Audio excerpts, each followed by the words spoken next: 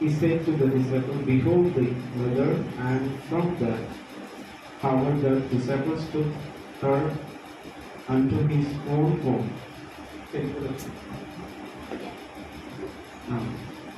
ఆయన మరియు 19:25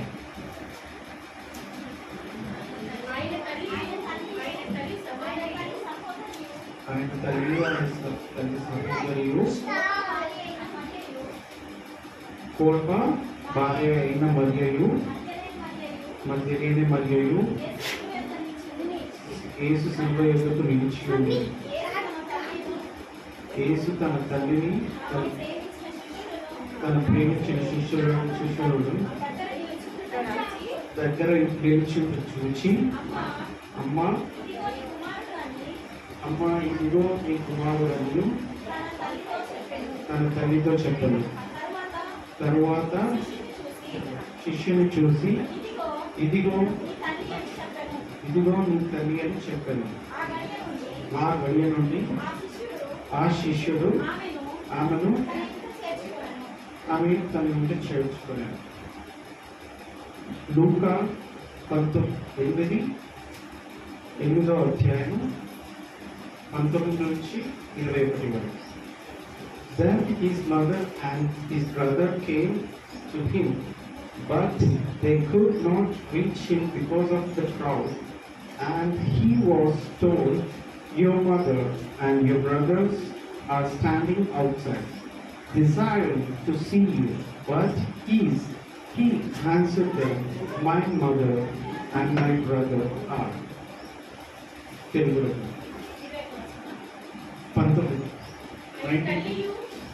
తన తల్లియు సహోదరుడు ఆయన వద్దకు వచ్చి, జనులు గుంపుగా ఉన్న చేత ఆయన దగ్గరకు రాలేకపోయింది. అప్పుడు నీ తల్లియు నీ సహోదరులను నిన్ను చూడబోయి వెలుపల నిలుచుచున్నారని ఎవరో ఆయన తెలియజేసింది. ఇక్కడ 3 points. Jesus willing to care for you. Jesus will take care of you. And Jesus will watch over you.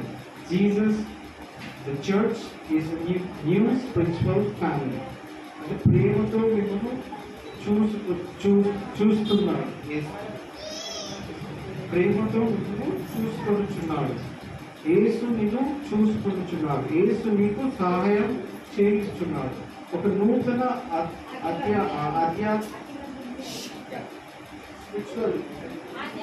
ఆధ్యాత్మిక కుటుంబాన్ని చర్చిగా చేస్తున్నాడు.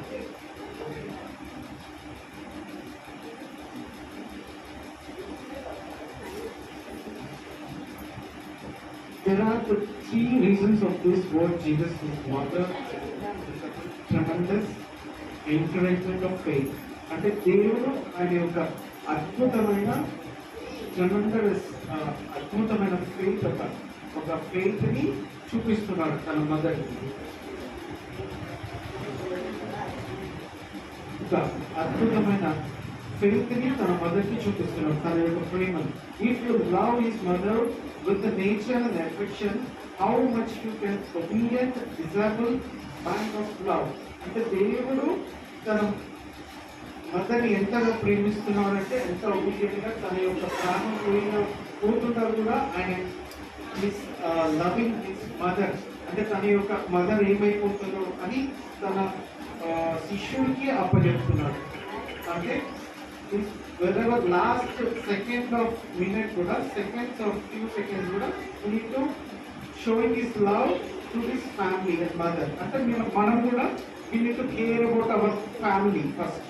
We need to give first preference to God. Ante devaki modalaga sthanam ichchinaka we need to give this family, father, mother, brother, sister, everyone. Ante prati okkariki manam చూడాలన్నమాట. whatever the needs, whatever the family help, whatever మనం ఏదైతే ఉన్నామో వారికి ఏదైతే సహాయం చేయగలుగుతామో, వారికి ఎంతవరకు సహాయం కోరుచున్నామో మనం మన సాధ్యమైనంత వరకు మన చెయ్యి వాళ్ళకి మన ఫ్యామిలీ మెంబర్స్కి ఇవ్వాలి. అక్కడే దేవుని చూసి మనం ఇది ఒక this one we need to learn. ఇది ఒక నేర్చుకోవడం, మనం నేర్చుకోవాలన్నమాట. His mother and came to him and his brothers also they were unable to get it because of the crowd. అంటే హౌ కేర్ అంటే వీని టేక్ అబౌట్ మనం వాళ్ళ యొక్క పేరెంట్స్ని సంతోషపరచాలి. మనం ఏది వారికి సన్మానం చేసి కాకుండా అదే అలా చేయాలని అవసరం లేదు, కానీ వారిని సంతోషపెట్టాలి, వారిని చూసుకోవాలి. ప్రతి ఒక్క వాళ్ళ యొక్క అవసరతలు, వాళ్ళ యొక్క అక్కర్లు ఏమైతే ఉందో మన యొక్క పేరెంట్స్ని మనము యేసులాగా మనం ప్రేమించాలి.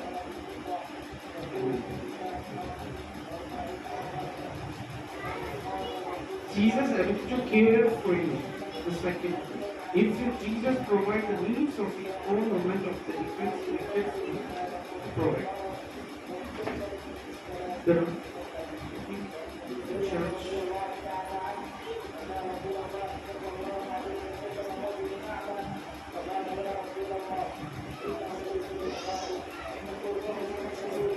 When Jesus said to Mary, look on the John, your son.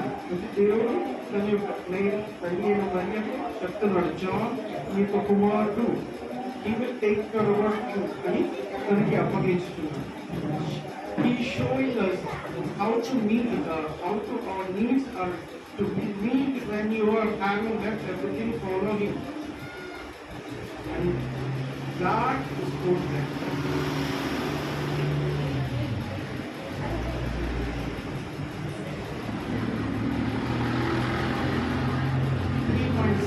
Jesus యేసు మిమ్మల్ని ప్రేమిస్తున్నాడు, యేసు నిన్ను చూస్తున్నాడు, యేసు నిన్ను సహాయం చేస్తాడు. ఒక నూతనమైన ఆత్మీయ కుటుంబానికి చర్చిగా నేను నిర్మించబోతున్నాను. ఓకే, ఇది మాత్రం మీ నుంచి నాకు కొంచెం తెలుగులో రావట్లేదు. Thank you so much.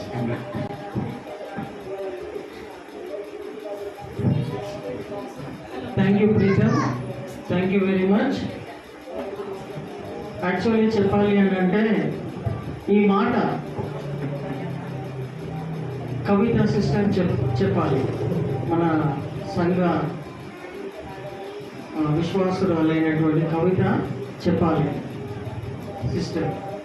అయితే మార్నింగ్ పాస్టర్ అమ్మ ఫోన్ చేసినప్పుడు తాను కూడా చెదిరిపోయినటువంటి గొర్రె. ఒకప్పుడు ఈ సంఘములో ఎన్నో మేలులు పొందుకొని, రక్షణ పొందుకొని, ఆశ్చర్య కార్యాలు పొందుకున్నటువంటి విశ్వాసం. కాబట్టి తాను ఏదో సంఘంలో వేరే అవకాశం ఉన్నది నేను చెప్పలేదు, తానే ఇష్టపడ్డది. బిఫోర్ ఇదేమంటారు, ఈ ఆరాధన జరగకముందు, ఈ ప్రోగ్రాము లిస్టు తయారు చేయకముందే తాను నేను చెప్తాను అని తనకు చెప్పినాను పాస్టర్ము. సో ఈ సంఘం యొక్క క్రమము నిర్వహించాలని పెద్దలను, ఈ సంఘాలలో ఉంటున్నటువంటి పాత వాళ్ళు, వయసులో పెద్దగా అనుభవంలో ఉంటున్నటువంటి వాళ్ళనే నియమించినాం. సో దానికి సడన్గా ఫోన్ చేసి నేను చెప్పలేను అని మార్నింగ్ చెప్పిందంట. చెప్పినప్పుడు రీప్లేస్ చేయాలి కదా, రీప్లేస్ చెప్పినప్పుడు వెంటనే నేను ప్రీతంకి కాల్ చేసి చెప్పిన, ప్రీతం ఇట్లా నువ్వు వాక్యం చెప్పాలి, దేవుడు నీకు గొప్ప అవకాశం ఇస్తున్నాడు అన్నప్పుడు ఎంతో ధైర్యం చేసి దేవుని యొక్క మాటలను పంచుకున్నాడు. ప్రియమైన వాళ్ళారా, మన సంఘ సభ్యులు ఎప్పుడు కూడా దేవుని వాక్యం చదవడానికి, దేవుని వాక్యం చెప్పడానికి, దేవుని వాక్యానుసారంగా నడుచుకోవడానికి వెనుకకు పోవద్దు, వెనుకబడవద్దు. ఎవరైనా వాక్యం చదవండి అని అంటే గట్టిగా చదవాలి. కోపం వచ్చినప్పుడు అరుస్తాం కదా ఇతరుల మీద, కోపం వచ్చినప్పుడు గట్టిగా అరవమ్మా. అట్లా దేవుని వాక్యం చదువు అని అంటే ఆసక్తితో చదవాలి. ప్రార్థన చెయ్యమా అని అంటే ఆసక్తి చూపించాలి. వాక్యం చెప్పాలి అని అంటే ఆ అవకాశాన్ని పోగొట్టుకోవద్దు. నాకున్న చాలా గలీజ్ అలవాటు ఒకటి ఉన్నది, చెప్పాలా? ఎంతమంది అయినా ఎటువంటి సందర్భమైనా ఎటువంటి అవకాశమైనా ఏ సందర్భమైనా పాస్టర్ కానీ ఇంకెవరైనా కానీ వాక్యం చెప్పు అని అంటే ఆ అవకాశాన్ని నేను పోగొట్టుకోను. చాలా అనుభవాలు ఉన్నాయి, అవకాశాన్ని నేను పోగొట్టుకోను. వాక్యం చెప్పు అని అంటే చెప్పడానికి వెళ్తాను. ఎటువంటి సందర్భం దేవుడు ఇచ్చినటువంటి గిఫ్ట్ నాకు. కాబట్టి ధైర్యం చేసి హైదరాబాద్ నుండి ప్రయాణం చేసి వచ్చిండ్రు. పాపం 7 గంటలకు లేచిండ్రు. ఎప్పుడు ప్రిపేర్ అయ్యారు. చిన్న చిన్న పిల్లల్ని తీసుకొని వచ్చింది ప్రీతి. ఈ సంఘం పట్ల ఆసక్తి వాళ్ళకు ఉన్నది. ఆసక్తి అనేది ఈ విధముగా వాళ్ళు చూపిస్తూ ఉన్నారు. కాకపోతే పర్వాలేదు అనుకోండి, ఈ రేకుల కింద యేసుప్రభువే ఈ టైంలో మధ్యాహ్నం 12 గంటలకు సిలువలో వేలాడుతూ ఉన్నాడు. ఎండలో మధ్యాకాశంలో వేలాడుతున్నాడు.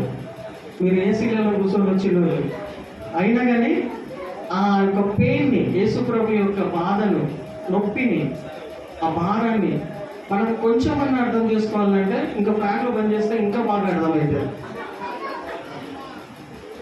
ఫ్యాన్లు బంద్ చేసుకొని ఇంకెన్ని వచనాలు ఉన్నాయమ్మా? ఎన్ని చెప్పారు ఇప్పటి వరకు? ఇంకా 3 ఉన్నాయి, ఇంకా 4 ఉన్నాయి. యేసు ప్రభు యొక్క బాధని అర్థం చేసుకోవాలి. ఆ మాటలు మన కోసమే చెప్పాడు. ఎక్కడ ఉండి చెప్పిండమ్మా? సిలువలో ఉండి చెప్తున్నాడు ఈ మాటలు. 7 మాటలు ఎక్కడ ఉండి చెప్తున్నాడు? సిలువలో వేలాడుతూ చెప్తున్నాడు. మనం కొంచెం సేపు ఫ్యాన్ బంద్ చేసుకొని దేవుని మాటలు వినలేమా? వినలేమా? వినలేమా? సో నెక్స్ట్ మాట అంటే నా ఉద్దేశం ఏంటంటే ఆ మాటలకు శ్రద్ధగా విలువ ఇవ్వాలనేదే దేవుడు కోరుకొని ఉన్నాడు. ఆ మాటలు మన మనసులో, హృదయంలో నిలిచి నడిపించాలంటే శ్రద్ధగా ఆ యొక్క విలువను అర్థం కావాలంటే కొంచెం నొప్పి కావాలా, కొంచెం చెమటలు కావాలా, అప్పుడు ఆ మాట అర్థమవుతుంది. కాబట్టి నెక్స్ట్ మాట, ఈ మాట తర్వాత మన మధ్యలో ఉన్నటువంటి థామస్ ప్రత్యేకమైనటువంటి పాట పాడతాడు. 4వ మాట ఏమై ఉన్నదంటే, ఇప్పుడు ఏమంటే చెప్పాలి? ఎవరు చెప్తూ ఉన్నారు? ఆదిత్య బ్రదర్ ముందుకొచ్చి దేవుని యొక్క మాటను, 4వ మాట, సిలువలో వేలాడుతున్నటువంటి యేసు ప్రభుల మాట శ్రద్ధగా మనం ఈ సమయంలో కొంచెం సమయం తీసుకొని మనం శ్రద్ధగా విందాం. ఆదిత్య వాక్యము బాగా చెప్పాలని మన మధ్యలో ఉన్నటువంటి ప్రీతి ముందుకొచ్చి ప్రార్థన చేయాల్సిందిగా కోరుతూ ఉన్నాను.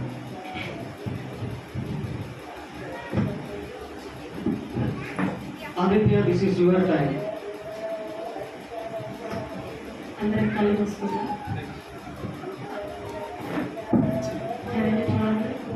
ఒక వందనాలు స్థుతిస్తూ ఉన్నాను రాజా. మరి గుడ్ ఫ్రెండ్ సందర్భంగా నా ప్రభావ, నా తల్లి ఈ సంఘంలో నా ప్రభావ అయిన తల్లి నీవు సిలువలో పలికిన నా ప్రభావ 7 మార్చులు నా ప్రభావ నేను ధ్యానించుటకు ఇచ్చిన యోగ్యతను బట్టి నీకు వందనాలు రాజా.